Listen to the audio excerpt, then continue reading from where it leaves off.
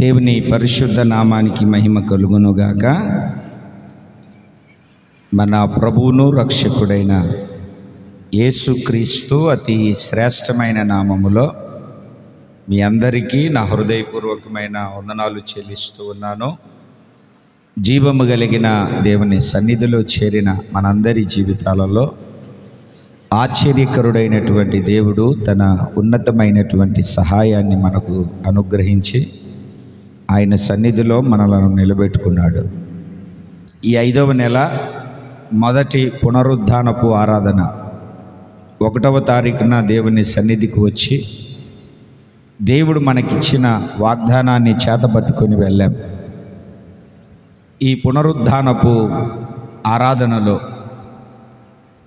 ఆయన రక్తమాంసాలకు యోగ్యులుగా మార్చబడి ఆయన రక్తమాంసాలకు అర్హులుగా మనము తీర్చిదిద్దబడి దేవుని యొక్క శ్రేష్టమైనటువంటి మార్గాలలో మనము ముందుకు కొనసాగించబడి ఉన్నతమైనటువంటి ఆయన రాజ్యానికి రాకడకు మనము వారసులముగానో వారసురాండ్లముగానో మార్చబడుతూ ఉన్నాము. దేవుని సన్నిధిలో నిలిచి ఉన్నటువంటి మనందరి జీవితాలలో ఆయన మాట్లాడతాడు, ఆయన బలపరుస్తాడు, స్థిరపరుస్తాడు. ప్రభు దయా శక్తిని బట్టి ఆయన కృప మనకెప్పుడు తోడుగా ఉండి మనలను స్థిరపరిచి నడిపిస్తుంది. దేవుని వాక్యములో నుండి ఒక చిన్న విషయాన్ని ధ్యానించుకోవడానికి ప్రభు మనకు సహాయాన్ని దయచేయునుగాక.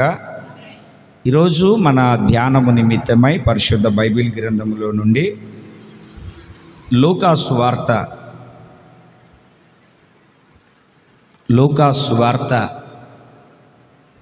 6వ అధ్యాయము 38వ వాక్యంలో ఒక మాట నేను చదువుతున్నాను. తర్వాత అన్ని మీరే చదువుతారు. నేను చదువుతున్న ఆ మాటను మీరు గుర్తుపట్టాలి. ఇయుడి అప్పుడు మీకు ఇయ్యబడును. ఇప్పుడు చదవండి ఆ మాటను, గట్టిగా చదవాలి అందరూ. ఈ వాక్యాన్ని మీరు జాగ్రత్తగా గమనించాలి, వాక్యాన్ని గుర్తుపట్టాలి. అడుగుడి మీకు ఇయ్యబడును అన్నటువంటి ఎన్నో విషయాలు ఎన్నోసార్లు మనం వింటూ వచ్చాము. అయితే ఇప్పుడు మనము నేర్చుకొనవలసినటువంటి మరొక అద్భుతమైనటువంటి సందేశం ఏమిటంటే, ఇయ్యండి అప్పుడు మీకు ఇయ్యబడతుంది. ఇవ్వకుండా పొరపాటున కూడా ఇవ్వబడదు. ఇవ్వకుండా పొరపాటున కూడా ఇవ్వబడదు. దేవుని మాటను ఆలకిస్తున్నటువంటి దేవుని బిడ్డలారా, మనము నేర్చుకున్న పాఠం వేదాంతం ఏమిటంటే, అక్కడికి వెళ్తే ఏదో జరుగుతుంది, ఇక్కడికి వెళ్తే ఏదో జరుగుతుంది, కలిసి వస్తుంది, కార్యం జరుగుతుంది. చదవండి ఒక్కసారి. ఇయ్యుడి మీకు ఇయ్యబడతారు. ఈ రెండింటి మధ్యలో అప్పుడు ఎప్పుడు అని అంటే, మీరు ఇచ్చినప్పుడు ఏమి ఇవ్వాలి, ఏమి ఇవ్వాలి ఆయనకు ఏమి ఇవ్వగలుగుతావు? అసలు ఏముంది నీ దగ్గర ఆయనకి ఇవ్వడానికి? ఏముందని నువ్వు ఇవ్వగలుగుతావు ఆయనకి? అయితే దేవుని బిడ్డలారా, దేవుడు కూడా కొన్ని అడుగుతున్నాడు. అడిగినవి నువ్వు ఖచ్చితంగా ఇవ్వగలిగితే నిశ్చయముగా జీవము కలిగినటువంటి దేవుడు, నిశ్చయముగా కృప కలిగినటువంటి దేవుడు నీకు ఆయన సమస్తమును ధారాళముగా దయచేయబోతూ ఉన్నాడు. నువ్వు అడగాలి, అడిగితే దేవుడు ఇస్తాడు. అడగకుండా మనము ఏది పొందుకోలేము. అయితే అడుగుతున్న నీవు సంపూర్ణంగా పొందుకొని, అడుగుతున్న నీవు పరిపూర్ణంగా అనుభవించినట్లుగా చేయవలసిన మరొక పని ఏమిటి అంటే, ఇయ్యాలి. ఏం చేయాలి? కొంచెం నోరు తెరవట్లేదు, చూసేవా ఈరోజు? అయ్యో, ఇవ్వాలి అనేసరికి కాస్త బిగబట్టుకుంటారు. అర్థమైందండి? మీరు ఇవ్వాలి, ఇచ్చినప్పుడు మీరు పొందుకుంటారు. ఏమి ఇవ్వాలి? ఏమి ఇవ్వాలి ఆయనకు, ఆయన ఏం అడుగుతున్నాడు? 2 లేదా 3 మాటలు దేవుని యొక్క వాక్యంలో నుండి నేను మీకు జ్ఞాపకం చేస్తాను. సామెతల గ్రంథము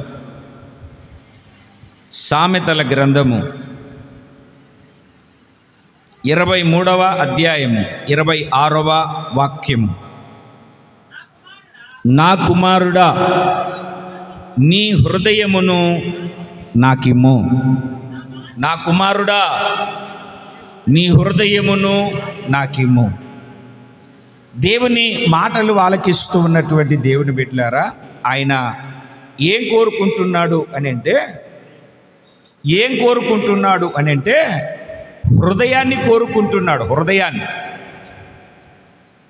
ఎందుకు ఆయన హృదయాన్ని కోరుకుంటున్నాడు? ఇదే సామెతల గ్రంథంలో ఒక మాటను జ్ఞాపకం చేస్తాను, మీరు చదువుతారు. సామెతల గ్రంథము 4వ అధ్యాయము, సామెతల గ్రంథము 4వ అధ్యాయము 23వ వాక్యం. నీ హృదయములో నుండి జీవధారలు బయలుదేరును. కాబట్టి అన్నిటికంటే ముఖ్యముగా నీ హృదయమును భద్రముగా కాపాడుకొనవలెను. నా కుమారుడా, నా కుమారుడా, నీ హృదయాన్ని నాకివ్వు. నా కుమారుడా, నీ హృదయమును నాకివ్వు. నీ హృదయాన్ని నాకిస్తే నేనేం చేస్తానో తెలుసా? ఆ హృదయాన్ని భద్రంగా కాపాడుతాను. ఎందుకు ఆయన హృదయాన్ని ఇమ్మంటున్నాడు అని అంటే, హృదయములో నుండి జీవధారలు, జీవము లేదా ప్రాణము. మీకు స్పష్టంగా అర్థమయ్యేటట్టుగా చెప్తాను, గమనించి. రక్తము శరీరానికి ప్రాణమని బైబిల్లో రాసుందా లేదా? మాట్లాడరు ఏంటండి? తెలుసా తెలియదా? తెలిస్తే రెఫరెన్స్ చెప్పండి ఒకసారి, చెప్పండి. రక్తము శరీరమునకు ప్రాణమని రాసుంది బైబిల్లో. తెలుసా తెలియదా? ఆదికాండము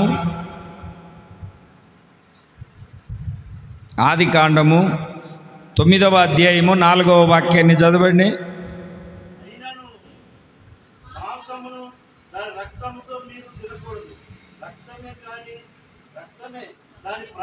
రక్తమే నీకు ప్రాణమైన మీ రక్తమును, మీకు ప్రాణమైన మీ రక్తమును. అంటే రక్తం ఏమిటి? మనిషికి తలలు పైకి ఎత్తాలి అంటే హృదయంలో నుండి ఏం బయలుదేరుతున్నాయంట? జీవధారలు. అంటే జీవధారలు అంటే అర్థం ఏమిటి? రక్తము. రక్తం అంటే ఏమిటి? ప్రాణం. ప్రాణం అంటే ఏమిటి? రక్తము. నీ హృదయంలో నుండి జీవధారలు బయలుదేరుతాయి గనక నీ హృదయాన్ని నువ్వేం చేయాలి అని అంటే భద్రముగా కాపాడుకోవాలి, భద్రముగా సంరక్షించుకోవాలి, భద్రముగా దానిని నువ్వేం చేయాలి అని అంటే కాపాడుకొని సంరక్షించుకొని ముందుకు కొనసాగించుకోగలగాలి. 2 చేతులు పైకెత్తి సంతోషంగా దేవునికి స్తోత్రం చెప్పు. ఎందుకు ఆయన నీ హృదయాన్ని అడుగుతున్నాడు? ఎందుకు నీ హృదయాన్ని దేవుడు కోరుకుంటున్నాడు? ఇంకొక మాటను కూడా మనం పరిశుద్ధ బైబిల్ గ్రంథంలో చదివితే, ఇర్మియా గ్రంథము 17వ అధ్యాయము 9వ వాక్యాన్ని మీరు చదవండి. ఇర్మియా గ్రంథము 17వ అధ్యాయము 9వ వాక్యాన్ని మీరు చదవండి. హృదయము అన్నిటికంటే ఏంటండి మోసకరమైనది, అది ఘోరమైన వ్యాధి కలిగింది. హృదయము అన్నిటికంటే మోసకరమైంది, హృదయము అన్నిటికంటే ఘోరమైన వ్యాధి కలిగింది. వాస్తవానికి మీరు మార్కెట్కి వెళ్తే కుళ్ళిపోయినవి పుచ్చిపోయినవి ఇస్తే తీసుకుంటారా?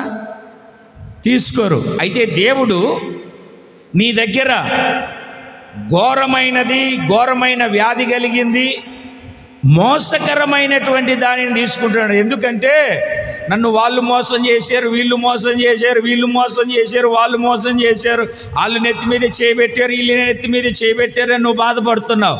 నీకు తెలియని విచిత్రమైన విషయం ఏమిటంటే నీ హృదయమే మోసకరమైనది.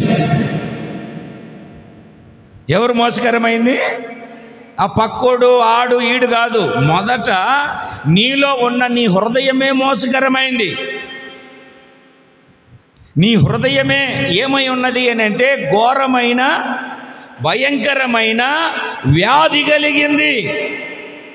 ఎవరన్నా మీ ఇంట్లో క్షయ జబ్బు చేత బాధపడుతూ ఉంటే ఏం చేస్తారు? తీసుకెళ్ళి ఇంటి బయట పంచన పడేస్తారు. అవునా కదా? ఇంట్లో పట్టి మంచం మీద పడుకోబెట్టుకుని నాయన చూడనాయన అని చూస్తావా? తల్లి అయినా తండ్రి అయినా ఎవరైనా సరే ఏం చేస్తారు అని అంటే ఆ బయట ఆ వాకిట్లో లేకుంటే బయట ఒక చిన్న పందిరేసి లేకుంటే ఒక చిన్న షెడ్ వేసి అక్కడ పడేస్తారు. అవునా కాదండి? దేవునికి స్తోత్రం చెబుదాం. సంతోషంగా చెప్పాలి. 2 చేతులు పైకెత్తి ఆనందంగా చెబుదాం హల్లెలూయా. ఏంటంటే అండి హృదయము ఘోరమైన ఇటు చూడండి ఘోరమైన వ్యాధి కలిగింది, భయంకరమైనటువంటి వ్యాధి కలిగింది. అందుకే జీవము కలిగినటువంటి దేవుడు ఆ ఘోరమైన దానిని, ఆ భయంకరమైనటువంటి దానిని ఆయన నాకిమ్ము అని చెప్పి ఆయన కోరుకుంటూ ఉన్నాడు. కోరుకుంటున్నటువంటి దేవునికే మహిమ కలుగును గాక. చెప్పాలి. 2 చేతులు పైకెత్తి సంతోషంగా. హృదయము అన్నిటికంటే ఘోరమైన వ్యాధి కలిగింది, మోసకరమైంది. ఇప్పుడు ఈయుడి మీకు, గట్టిగా చెప్పాలి, ఈయుడి మీకు ఇవ్వబడును. ఏమిమ్మంటున్నాడు ఆయన? హృదయం. హృదయం ఎలాంటిది? మోసకరమైనది, ఘోరమైన వ్యాధి కలిగింది. మీకు చెప్తాను, జాగ్రత్తగా గమనించండి. సామెతల గ్రంథంలోనే చదివే మనము హృదయములో నుండి ఏం బయలుదేరుతున్నాయట? జీవాధారాలు. జీవాధారాలు మీకు అర్థమయ్యేటట్టుగా చెప్తాను. జీవాధారమైనటువంటి ఒక విషయం. దైవజనుడు ఎలీషా అలాగా నడుస్తూ నడుస్తూ వస్తూ ఉన్నాడు. వస్తూ ఉంటే ఒక పట్టణం చేరుకున్నాడు. ఆ పట్టణం పేరు ఎరికో. ఏం పేరు? పట్టణం పేరు ఎరికో పట్టణం. ఎరికో పట్టణం దాకా వచ్చాడు. ఎరికో పట్టణంలోనికి వచ్చాడు. ఎరికో పట్టణంలోనికి వచ్చి అక్కడ ఒక నీళ్ళు ఉన్నాయి. ఆ ఊట దగ్గరికి వెళ్ళి నీళ్లు తాగుదామంటే అది నిస్సారమైన ఆ ఊటలో నుండి బయలుదేరి వచ్చిన నీళ్ళు ఏం చేస్తున్నాయంటే ఆ చుట్టూ ప్రాంతంలో ఉన్నటువంటి భూమిని అంతటిని నిస్సారముగా మారుస్తుంది. దైవజనుడికి చెప్తే దైవజనుడు ఒక మాట అన్నాడు, కొత్త పాత్రలో ఉప్పు వేసి తీసుకొని రండి. ఉప్పు వేసి తీసుకొని వస్తే ఆ ఊట దగ్గర ఉప్పు వేసాడు. ఇప్పుడు తాగండి నీళ్ళు. ఇంతకుముందు నోట్లో పెట్టుకోలేకపోయేవాళ్ళు, ఇంతకుముందు దాన్ని వాడుకోలేకపోయేవాళ్ళు. ఆ రోజు ఏలియా చేసిన అద్భుతం, ఆ నిస్సారమైనటువంటి ఊట, పనికిరాని ఊట, ఉపయోగము లేని ఊట, ఆ ఊట వెళ్ళిన చోటంతా పొలాలు అన్ని పంటలు పాడైపోతూ ఉన్నటువంటి ఆ ఊట దైవజనుడు కొత్త పాత్రలో ఉప్పు వేసి ఆ ఊట దగ్గర వేసినప్పుడు మీరు ఎరికో పట్టణానికి వెళితే ఈ రోజుకు కూడా అవి మంచి మధురమైనటువంటి నీళ్లు మీరు త్రాగగలుగుతారు. బైబిలు కళ్ళబొల్లి మాటలు కాదు, కట్టుకథలు కాదు, కల్పనా కథలు కాదు. ఈ బైబిలు ఏమిటి అంటే నిజమైనటువంటి వాక్యము. నిస్సారమైనటువంటి నీటి ఊట ఈ రోజు వరకు కూడా అది ఎలాగుంది అంటే మధురమైనటువంటి ఊటలాగా మార్చబడి. నేనేం చెప్తానంటే ఒక పట్టణము బాగుండాలి అంటే 5 స్టార్ హోటలు, ఏమండి, క్లబ్బులు, పబ్బులు, పెద్ద పెద్ద బిల్డింగులు దాని ద్వారా బాగుండదు. ఒక పట్టణము దేని ద్వారా బాగుంటుంది అని అంటే శ్రేష్టమైనటువంటి నీటి ద్వారా బాగుంటుంది పట్టణము. అవునా కాదా? మాట్లాడట్లేదు మీరు, అవునా కాదా? దేవుని బిడ్డలారా గమనించండి, కొన్ని ప్రాంతాలలో నీళ్లు లేక అల్లాడిపోతున్నటువంటి వాళ్ళు కూడా ఉన్నారు. ఆ మాటను కాస్త పక్కన పెడితే, ఇప్పుడు నీ హృదయంలో నుండి జీవాధారలు బయలుదేరి, ఆ బయలుదేరినటువంటి జీవాధారలు నీ సర్వ శరీరానికి, ఇందాక నేను బావి గురించి చెప్పానే, ఆ ఊట చెడినదైనందువలన అక్కడ ఉన్నటువంటి భూములన్నీ ఏమైపోయాయి? నిస్సారమైపోయాయి, పాడైపోయాయి. ఊట బాగలేకపోతే మనిషి జీవితం, మనిషి ఆత్మ, మనిషి ఆత్మీయ జీవితం పాడైపోతుంది. అందుకే దేవుడు ఆ ఘోరమైన వ్యాధి కలిగిన దానిని, మోసకరమైన దానిని ఎవడో మోసం చేయనక్కర్లే, నీ హృదయమే నిన్ను మోసం చేస్తుంది. నీ హృదయమే నిన్ను పాడు చేస్తుంది. నీ హృదయమే నిన్ను పతనమైపోయేటట్లుగా చేస్తుంది. కనుక జీవము కలిగిన దేవుని మాటలను ఆలకిస్తూ ఉన్నటువంటి దేవుని బిడ్డలారా, కృప కలిగినటువంటి దేవుని సహాయము నువ్వు పొందుకొనున్నట్లుగా అద్భుతమైనటువంటి రీతిగా నీ హృదయమును కోరుకున్న దేవునికి నీవు ఇవ్వగలిగితే, ఇంకొక మాటను కూడా చదువుదాం. నీ హృదయం ఎలాంటిదో, ఒకటి మోసకరమైనటువంటిది, రెండవది ఘోరమైన వ్యాధి కలిగింది. ఇంకొకటి చూడండి, అన్ని చెప్పనులేండి, నీ హృదయం ఎలాంటిదో చెప్తున్నాను, నా హృదయం ఎలాంటిదో చెప్తున్నాను, ఎలాంటి దాన్ని దేవుడు అడుగుతున్నాడో చెప్తున్నాను, మీకు ఎందుకు అడుగుతున్నాడో కూడా చెప్తూ ఉన్నాను నేను, మీరు గమనించాలి. యెహెజ్కేలు గ్రంథము 36వ అధ్యాయము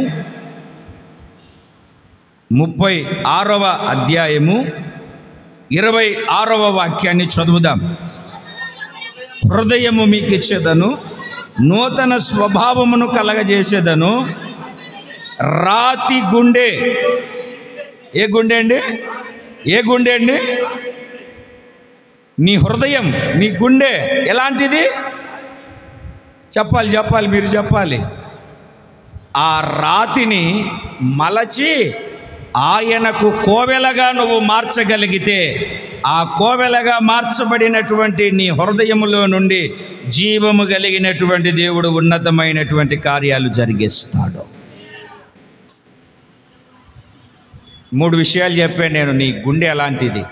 మోసకరమైంది, ఘోరమైన వ్యాధి కలిగింది, తర్వాత రాతి గుండె.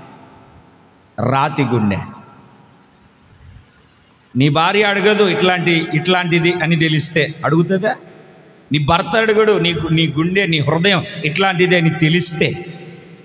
ఇంత భయంకరమైనటువంటి దానిని ఆయన ఎందుకు అడుగుతున్నాడంటే, ఆ రాతి హృదయాన్ని, ఆ మోసకరమైనటువంటి స్థితిని, ఆ ఘోరమైనటువంటి వ్యాధి కలిగిన దానిని ఆయన బాగు చేసి పరిపూర్ణమైనటువంటి కృపను నీకు దయచేయడానికి, నూతన హృదయమును, నూతన స్వభావమును దేవుడు నీకు అనుగ్రహించడానికి నీ హృదయాన్ని దేవుడు అడుగుతూ ఉన్నాడు. ఈ ఆరాధనలో నీ హృదయమును నువ్వు దేవునికి ఇవ్వగలుగుతావా? ఏం మాట్లాడట్లేదు మీరు. సార్ ఆలోచించి, అది నీ దగ్గరే ఉంటే నిన్ను పాడు చేస్తుంది, నిన్ను పతనం చేస్తుంది, నిన్ను పొడగొడుతుంది.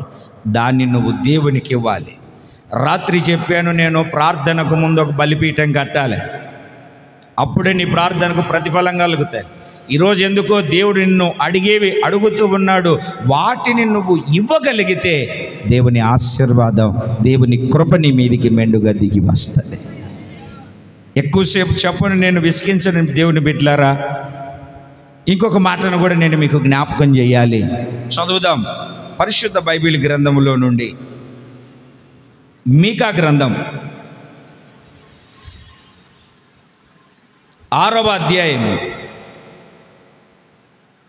మీకా గ్రంథము 6వ అధ్యాయము, పేజీ నంబరు 766, పాత నిబంధనలో 8వ వాక్యాన్ని మనము జాగ్రత్తగా చదవగలిగినప్పుడు,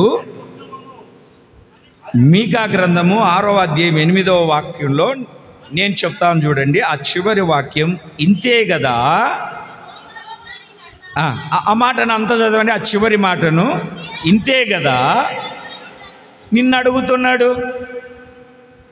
నీ ఇల్లు అడిగాడా? నీ వెండి బంగారం అడిగాడా? మాట్లాడట్లేదు మీరు. అడిగినా నువ్వు ఇవ్వవని తెలుసు ఆయనకు, నువ్వు ఇవ్వవని తెలుసు ఆయనకు బాగా తెలుసు. అర్థమైందా అండి? నువ్వు ఇవ్వవని తెలుసు, అందుకే ఏం అడగాలో ఆయనకు బాగా తెలుసు, అవి అడుగుతున్నాడు. ఇంతే కదా నిన్ను అడిగింది. పైన ఈయన చెప్పే మాట ఏంటో తెలుసా అండి? 6వ వాక్యాన్ని చదవండి. ఏమి తీసుకొని వచ్చి నేను యెహోవాను దర్శింతును, ఏమి తీసుకొని వచ్చి మహోన్నతుడైన దేవుని సన్నిధిని నమస్కారము చేతును, దహన బలులను ఏడాది దూడలను అర్పించి దర్శింతునా, వేల కొలది పొట్టేళ్లను, వేలాది నదులంత విస్తారమైన తైలము ఆయనను సంతోష కలుగజేయున, నా అతిక్రమమునకై, నా జ్యేష్ఠ కుమారుణ్ణి, నా పాప పరిహారమునకై, నా గర్భఫలమును నేను ఇస్తున్నా. ఏం చేయాలి నేను? పిచ్చోడా, అవన్నీ కలగజేసింది ఎవరు? నదులను కలగజేసింది ఎవరు? తైలమును కలగజేసింది ఎవరు? అసలు నీకు పిల్లల్ని ఇచ్చింది ఎవరు? ఏమిటండి? కోడెలను కలగజేసింది ఎవరు? పొట్టేళ్లను కలగజేసింది ఎవరు? చెప్పరేంటండి? ఏం తెలియనట్లుగా కూర్చుంటారు?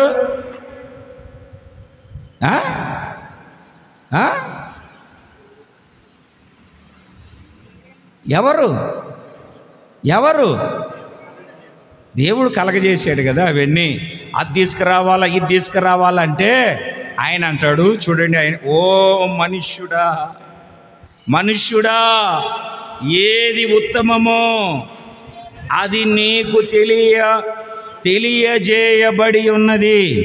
ఏది ఉత్తమం అని అంటే మొట్టమొదటిసారిగా న్యాయముగా నడుచుకోవాలి. అది దేవుడు నిన్ను అడుగుతున్నాడు. న్యాయముగా నడుచుకొనవలెను. నేను వెండి ఇస్తాను, బంగారు ఇస్తాను, భోజనాలు పెట్టిస్తాను, చికెన్ బిర్యానీ పెడతాను, దమ్ బిర్యానీ పెడతాను. పెట్టడం మంచిదే, కాకపోతే ఇది చేయట్లేదుగా. అసలు చేయాల్సింది చేయకూడదు. నేను అది చేస్తాను, ఇది చేస్తాను, కొండ మీద కోతిని వేస్తానంటే ఎట్లా? చెయ్యాల్సింది చెయ్యాలి. అప్పుడు నువ్వు చేసే ప్రతిదానికి దేవుడు ప్రతిఫలాన్ని కలగజేస్తాడు. ఇదే కదా నిన్ను అడుగుతుంది. ఏంటి? మొట్టమొదటిది ఏంటంటే నీవు న్యాయముగా నడుచుకోవాలి. ఎలాగ నడుచుకోవాలండి అంటే అన్యాయము లేని ఒక జీవితం, అన్యాయము దరికి రాని ఒక జీవితం. యోబును గురించి నా దేవుడు సాక్ష్యం ఇచ్చేటప్పుడు సాతానుతో అంటున్న మాట, నా సేవకుడైన యోబును నువ్వు ఎరుగుదువా? అతడు న్యాయవంతుడు, యథార్థవంతుడని దేవుడే సాక్ష్యం ఇస్తున్నాడు. మరి నీ గురించి నీ పిల్లలు సాక్ష్యం చెప్తున్నారా? నీ గురించి నీ భార్య లేదా నీ భర్త నీ గురించి సాక్ష్యం చెప్తున్నారా? నీ గురించి నీ ఇంట్లో వాళ్ళు సాక్ష్యం చెప్తున్నారా? నీ ఈదిలో వాళ్ళు సాక్ష్యం చెప్తున్నారా?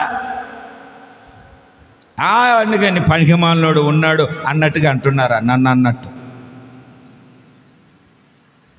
న్యాయముగా నడుచుకొనవలెను. చూడండి ఒక మాటను మీరు సామెతల గ్రంథం ఇర్మియా గ్రంథం 22వ అధ్యాయంలో ఒక మాటను చదువుతారు. ఇర్మియా గ్రంథము 22వ అధ్యాయము 3వ వాక్యాన్ని చదవండి ఒక్కసారి. ఇలాగూ ఆజ్ఞ ఇచ్చుచున్నాడు, మీరు నీతి న్యాయములను అనుసరించి నడుచుకోనండి. ఎలాగ నడుచుకోవాలంటే అండి, కొంచెం గట్టిగా చెప్పాలి. ఎలాగండి అండి? ఇంకొక మాటను కూడా చెప్తాను. ఇదే ఇర్మియా గ్రంథము 17వ అధ్యాయము 11వ వాక్యాన్ని మరి మీరు ఎప్పుడన్నా చదివారో లేదు, కానీ నాకు చాలా ఆశ్చర్యం అనిపించింది ఆ మాట. న్యాయ విరోధముగా నడుచుకొనువాడు, ఆస్తిని సంపాదించుకున్నవాడు, తాను పెట్టని గుడ్లను పొదుగు కౌసు పెట్టవలే ఉన్నాడు. తాను పెట్టని, ఇది గుడ్లు పెట్టదు. కౌసు పెట్టుకున్నటువంటి లక్షణం ఏమిటంటే గుడ్డు పెట్టదట. ఎక్కడ గుడ్లు కనబడితే అక్కడికి వెళ్ళి పొదుగుతుంది, ఎక్కడ గుడ్లు పెడితే అక్కడికి వెళ్ళి పొదుగుతుంది. ఇది న్యాయమా? మాట్లాడట్లేదు మీరు. ఇది గుడ్లు పెట్టదు, గుడ్లు పెట్టదు. పెట్టకుండా ఏం చేస్తుంది? ఎక్కడికి పడితే అక్కడికి వెళ్ళి పొదుగుతుంది. పోనీ గుడ్లు పెట్టింది వచ్చిన తర్వాత దీని సంగతి ఎట్లా ఉంటుంది?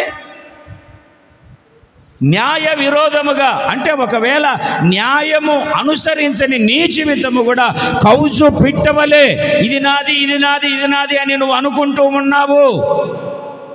దేవుని బిడ్డలారా, న్యాయ విరోధముగా ఆస్తిని సంపాదించువాడు తాను పెట్టని గుడ్ల మీద పొదుగు కౌజు పిట్టవలే ఉన్నాడు. ఒకసారి ఆలోచన చేయండి. దేవుడు నిన్ను అడుగుతుంది ఏంటంటే, ఆస్తులు అంతస్తులు మేడలు మిద్దెలు కాదు. ఏది ఆయన కోరుకుంటున్నాడంటే న్యాయముగా నడుచుకొను. ఎందుకంటే నీకోసము అన్యాయపు తీర్పును గొల్గొతా శిలువ మీద వేలాడబడడానికి ఆయన పొందుకున్నాడు. నీకు పడాల్సిన శిక్ష, న్యాయబద్ధంగా నీకు పడాల్సిన శిక్ష ఆయన తన మీద వేసుకొని ఆయన ఆ గొల్గొతా కల్వరి శిలువలో చనిపోయి నీకు అడుగుజాడలను విడిచిపెట్టి ఆయన వెళ్ళిపోయాడు. దేవుని బిడ్డలారా, అందుకని నీవు ఏం చేయాలి అని దేవుని వాక్యం చెప్తుందంటే న్యాయముగా నడుచుకోవాలి. సామెతల గ్రంథంలో కూడా ఒక చక్కటి మాటను మీరు చదువుతారు. 21వ అధ్యాయము 3వ వాక్యం. త్వరగా నేను ముగించాలని కోరుకుంటున్నాను. నీతి న్యాయములను అనుసరించి నడుచుకొనుట అమ్మా బలులను అర్పించుట కంటే. ఏంటండి? ఏంటి ఇష్టము యెహోవాకు? నీతి న్యాయములను అనుసరించి నడుచుకొనుట. కాటా వేసే ఒక రోజు ఉంది, లెక్క అప్పచెప్పవలసిన ఒక రోజు ఉంది, లెక్క అడిగే రోజు ఒక రోజు ఉంది, తీర్పు తీర్చే రోజు ఒక రోజు ఉంది. ధవల సింహాసనం మీద ఆయన కూర్చొని ఉన్నప్పుడు, కాటాలో నిన్ను వేసినప్పుడు నువ్వు తేలిపోతావో నువ్వు దిగిపోతావో ఒక్కసారి ఆలోచన చేయి. బలులు కాదు ఆయన కోరుకునేది,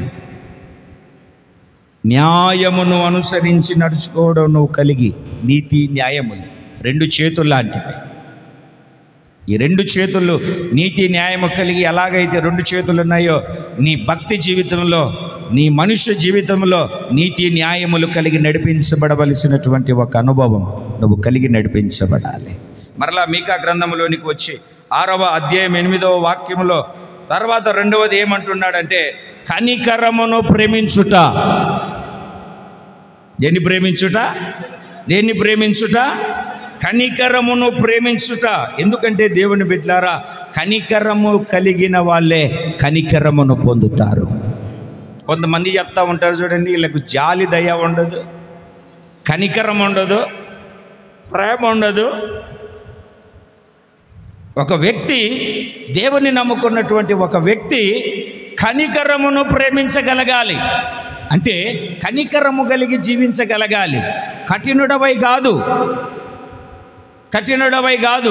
బైబిల్లో కఠినుడైనటువంటి న్యాయవంతులే వాళ్ళ మనస్సును మార్చుకొని, అర్థమవుతుందండి, కనికరాన్ని చూపుతూ ఉన్నారు. నువ్వు అలా కాదు కదా, యేసు రక్తము ద్వారా కడగబడిన బిడ్డవు కదా, పాపాన్ని విడిచిపెట్టి ప్రభు కొరకు జీవించడానికి వచ్చిన బిడ్డవు కదా. అందుకే ఆయన కోరుకుంటున్నది అదే కనికరమును చూపు. ప్రసంగం చేయమంటే ఒకడొక చెంప మీద కొడితే ఇంకొక చెంప కొట్టు అని తిప్పాలా. ఒకడొక చెంప మీద కొడితే చెప్పట్లేదు మీరు, అంటే రెండవ చెంపని ఎవరన్నా పగలగొట్టుంటారు, పళ్ళు ఊడిపోయేటట్టుగా పగలగొట్టుంటారు. లేకుంటే ఎందుకంటారు? ఒకరొక చెంప మీద కొడితే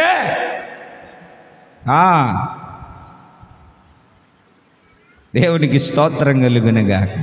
మరి ఇట్లాంటప్పుడే కదండి దేవుని సన్నిధిలో మనము ఎంత ఆధ్యాత్మికంగా బలపరచబడ్డామో తెలిసేది. ఎంత ఆధ్యాత్మికంగా బలము కలిగి దేవుని సన్నిధిలో జీవించామో తెలిసేది. దేవుని మాటలను ఆలకిస్తూ ఉన్నటువంటి దేవుని బిడ్డలారా, వాక్యపు లేఖనాన్ని జాగ్రత్తగా గుర్తుపట్టాలి, గమనించాలి, గ్రహించాలి. కనికరము కలిగి జీవించు. మత్తయి సువార్త 5వ అధ్యాయము 7వ వాక్యం, కనికరము గలవారు ధన్యులు, వారు కనికరము పొందుతారు. యాకోబు పత్రిక 2వ అధ్యాయం 13వ వాక్యం. ఒకవేళ కనికరము లేక నువ్వు ప్రవర్తిస్తూ ఉన్నావేమో, రేపు తీర్పు దినాన నీ మీద కూడా కనికరము లేని తీర్పు తీర్చబడుతుంది. ఇక్కడ నువ్వు కనికరము చూపకపోతే, కనికరమును నువ్వు ఇక్కడ ఇవ్వకపోతే, రేపు తీర్పు దగ్గర కూడా కనికరము లేని తీర్పును నువ్వు పొందుకోగలుగుతావు. ఆలోచించు, ఆచితూచి అడుగులు చక్కగా వేయి. కృపగలిగినటువంటి దేవుడు నీ పట్ల ఉన్నతమైన కార్యాలు జరిగిస్తాడు. 2 చేతులు పైకెత్తి సంతోషంగా దేవునికి స్తోత్రం చెబుదామా? లేకట్లేదు చేతులు అన్నయ్యలు. హల్లెలూయా. ఏమడుగుతున్నాడు నిన్న ఆయన? నీ హృదయాన్ని అడుగుతున్నాడు. ఏమడుగుతున్నాడు ఆయన నిన్ను? న్యాయముగా నడుచుకోమని అడుగుతున్నాడు. ఏమడుగుతున్నాడు ఆయన నిన్ను? కనికరము కలిగి కనికరమును ప్రేమించు. దేవునికి స్తోత్రం కలుగును. ఇంకొక విషయాన్ని అదే మీకా గ్రంథంలో ఏమని మనం వాక్యాన్ని చదువుతూ ఉన్నాము అని అంటే, దీన మనస్సు కలిగి దేవుని ఎదుట ప్రవర్తించాలి. నీ ప్రవర్తన చెప్తాను. ఈ ప్రసంగం కూడా రాస్తూ ఉన్నాను. ప్రవర్తన గురించి ఎట్లా ఉండాలో, ఎట్లా ప్రవర్తించారో, ఎట్లా ప్రవర్తించిన వాళ్ళు ఏమైపోయారో చరిత్రలో అవన్నీ మనం తెలుసుకుందాం రాబోతున్న దినాలు. దేవుని ఎదుట దీన మనస్సు కలిగి ప్రవర్తించాలి. తలలు పైకెత్తండి. మీటింగ్ జరుగుతుంది గ్రౌండ్లో. మొదటి రోజు మీటింగ్ అయిపోయింది. 2వ రోజు భోజనాలు పెడుతున్నారు మధ్యాహ్నం. ఎందుకంటే పగలు మీటింగ్ లేదు. 2వ రోజు మీటింగ్ భోజనాలు పెడుతున్నారు, తింటున్నారు. ఒకడు ఆ సిస్టర్ల దగ్గర కొంతమంది ఉంటారు, మీరు గమనించారో లేదో, కోడి పిల్ల దగ్గర తిరిగినట్టు వీడు వంట రూమ్ చుట్టూరే తిరుగుతూ ఉంటాడు, ఆడవాళ్ళ చుట్టూరే తిరుగుతూ ఉంటాడు. మీరు ఎప్పుడైనా గమనించండి, ఫంక్షన్లలో ఇట్లాంటి వాళ్ళు మీకు తగులుతారు. అవునా కాదా? అక్కడే తిరుగుతూ ఉంటాడు. అక్కడికి వెళ్ళి తెగ బిల్డప్లు చెప్తున్నారు. మేమేంటంటే సీనియర్ పాస్టర్లకు భోజనాలు పెట్టాలి కదా, ఆ ట్రేలు అవి మేము తీసుకొని వెళ్ళిపోవాలన్నమాట. ఆ ట్రేలు తీసుకెళ్ళడానికి వెళ్ళాడు. వీడు చెప్తున్నటువంటి హిస్టరీ మామూలుగా లేదు. నేను నిజమే ఏమో అనుకున్నాను. అసలు నేను ఎవరిని అనుకుంటున్నావు? జాన్ డేవిడేనా? నేను ఎవరిని అనుకుంటున్నావు? నేను గాంధీయవాదిని. అసలు గాంధీ స్వభావాలనే నాలో ఉన్నాయి. అసలు గాంధీ హిస్టరీ చదువుకున్నాను. అసలు నేను గాంధీ లాంటివని అన్నాను. మీరు బాబు ఇంతటి ఉత్తముడు, ఇన్నే చూస్తున్నాను నేను, చాలా మంచోళ్ళలాగా ఉన్నాడు. అందులో అక్కోళ్ళకి అంత సహాయం చేస్తున్నాడు, ఉల్లిపాయలు దొరుకుతున్నాడు, ఏంటంటే పప్పులు ఉప్పులు తీసుకొస్తున్నాడు. నిజంగా గాంధీయవాది అయి ఉంటాడు. అంటే కఠినాత్ముడు అయితే మగోళ్ళల్లో ఉండి ఎవరినో కొన్ని తలకు పగలు కొట్టి చంపేవాడు కదా. చాలా కఠినాత్ముడు, గాంధీయవాది, శాంతమూర్తి, దీన మనస్సు కలిగిన వాడని నేను అనుకుంటా. 2వ రోజు మీటింగ్ అయిపోయింది. 3వ రోజు అన్ని లైట్లు ఇప్పి సర్దుకుంటూనే ఎవరో తాగుడుపోతలు వచ్చి ఆ గ్రౌండ్లో అల్లరి చేస్తున్నాడు. ఈ జనరేటర్ తిప్పేది హ్యాండిల్ ఉంటే తెలుసా మీకు? మాట్లాడరు ఏంటంటే, తెలుసా తెలియదా? జనరేటర్ తిప్పేది అది తీసుకొని వచ్చి ఒకటి తలకాయ పగలకు వచ్చాడు. ఏం చేశాడు? రాదు మన దగ్గరికి రాదులేండి, చర్చిలోకి రాదు. ఇక వచ్చేసి వెళ్ళిపోయారు. ఇక మీరు వెనక్కి చూడని అవసరం లేదా? రోజు తిరుగుతున్నాయిగా, రోజు మీ ఇంటి ముందు రావట్లేదా? 66 సార్లు చూస్తున్నారుగా. నేను రోజు చెప్తున్నా మీకు వాక్యం. ఏదో ఆస్తి పోయినట్టు.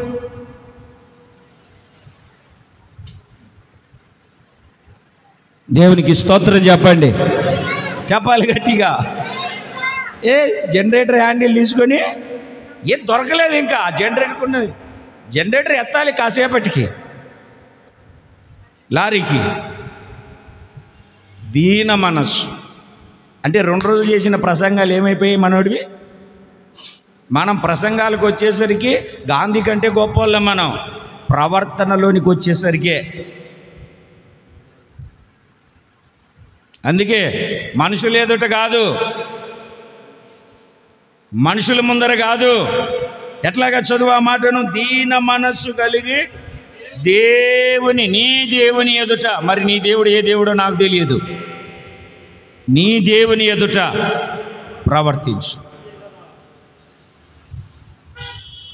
దీన మనస్సు.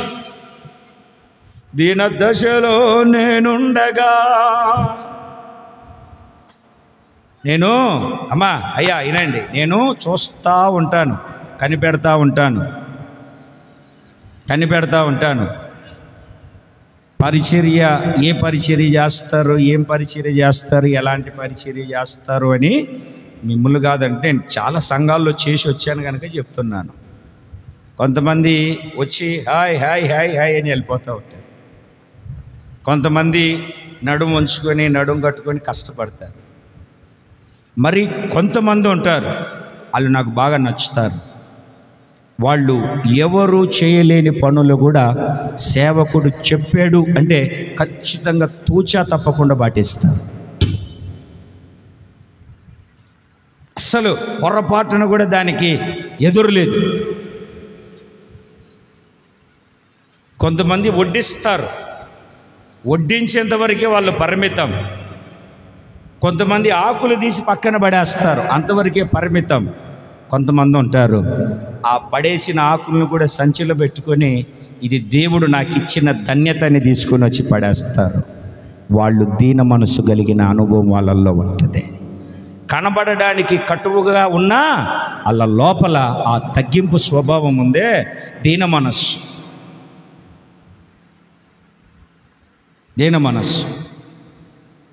నేను అదే చెప్తాను, మాకు సేవలో బాత్రూములు కడగడం కూడా నేర్పించి. కొందరు తిన్న ప్లేట్లు తీసుకెళ్ళారు, మా పురుషులు అక్కోళ్ళు తీసుకువెళ్ళిపోవాలి.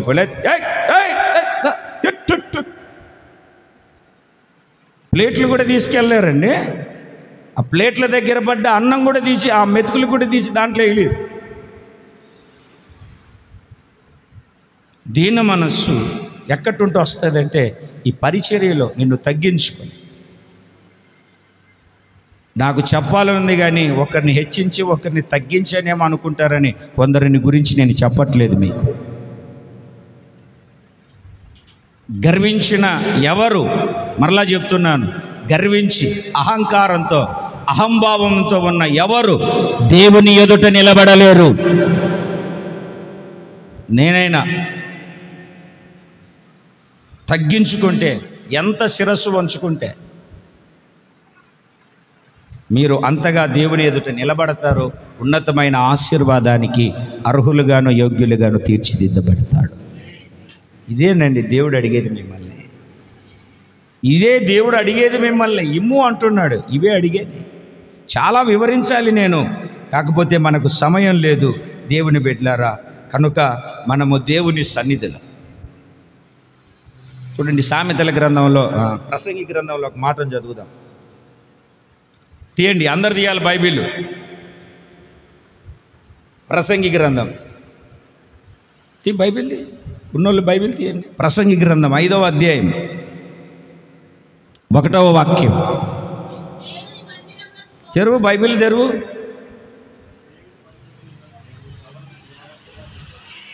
నీవు దేవుని మందిరమునకు పోవునప్పుడు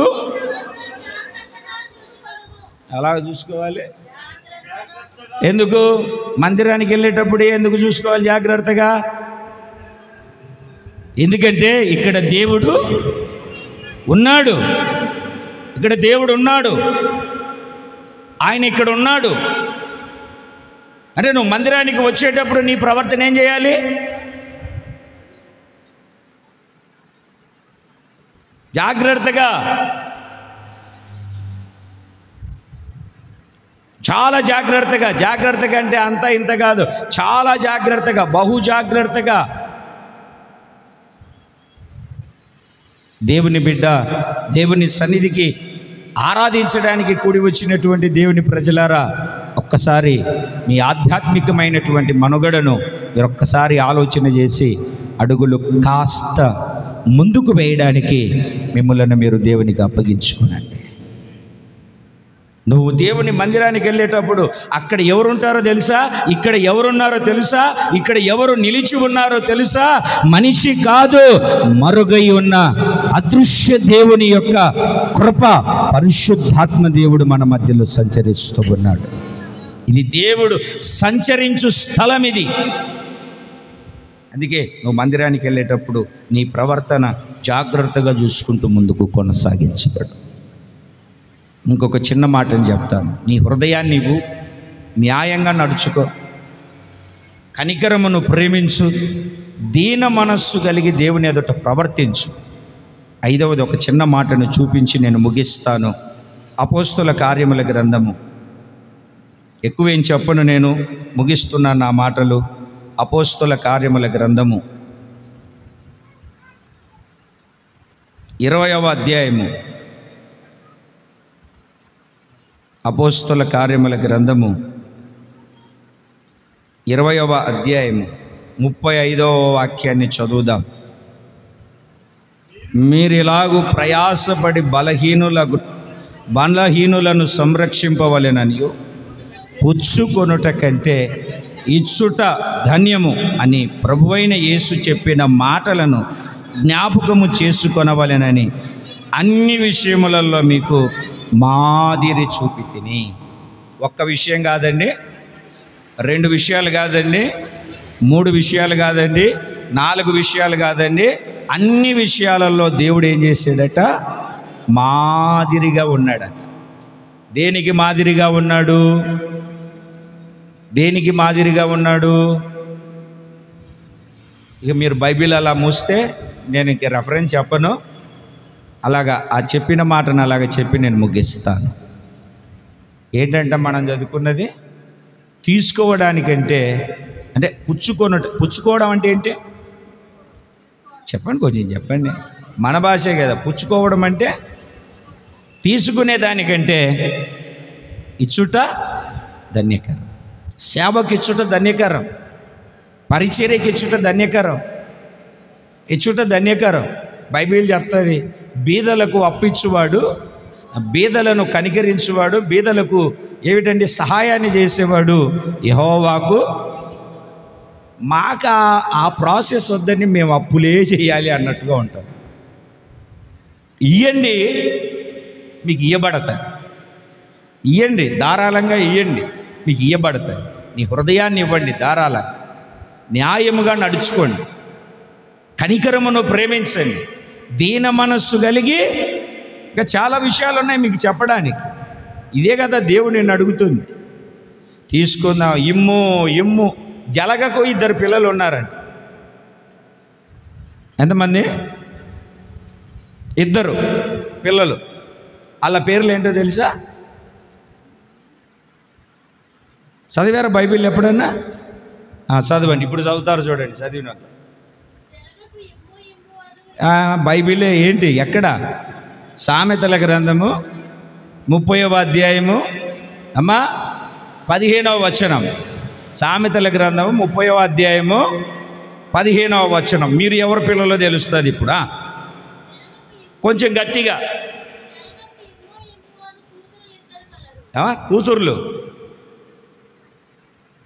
కూతుర్లు. జలగకు 2 కూతుర్లు. ఏం పేరు?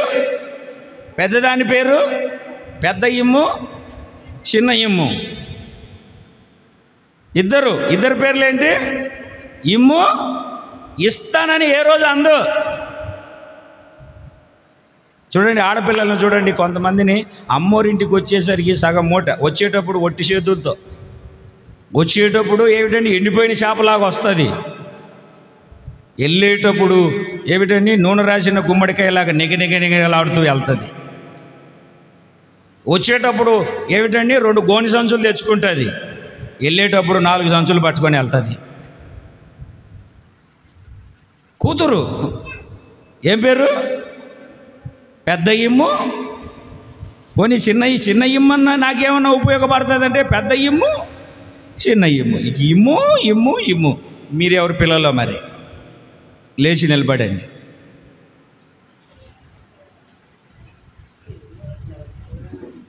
ఎవరి పిల్లలమా? ఇప్పుడు తేల్చేసుకోండి, అడగండి దేవుని, అయ్యా నేను నీ పిల్లనేనా? నేను నీ పిల్లనేనా? జలగండి తెలుసు కదండి, పట్టుకుంటే మాత్రం తాగేంత వరకు విడిచిపెట్టదు. ఎవరి పిల్లలు? నువ్వు ఎవరి పిల్లవు? కళ్ళు మూసుకొని ఒక చిన్న ప్రార్థన చేసుకొని ప్రభు బల్లారాధనలోనికి వెళ్ళిపోదాం.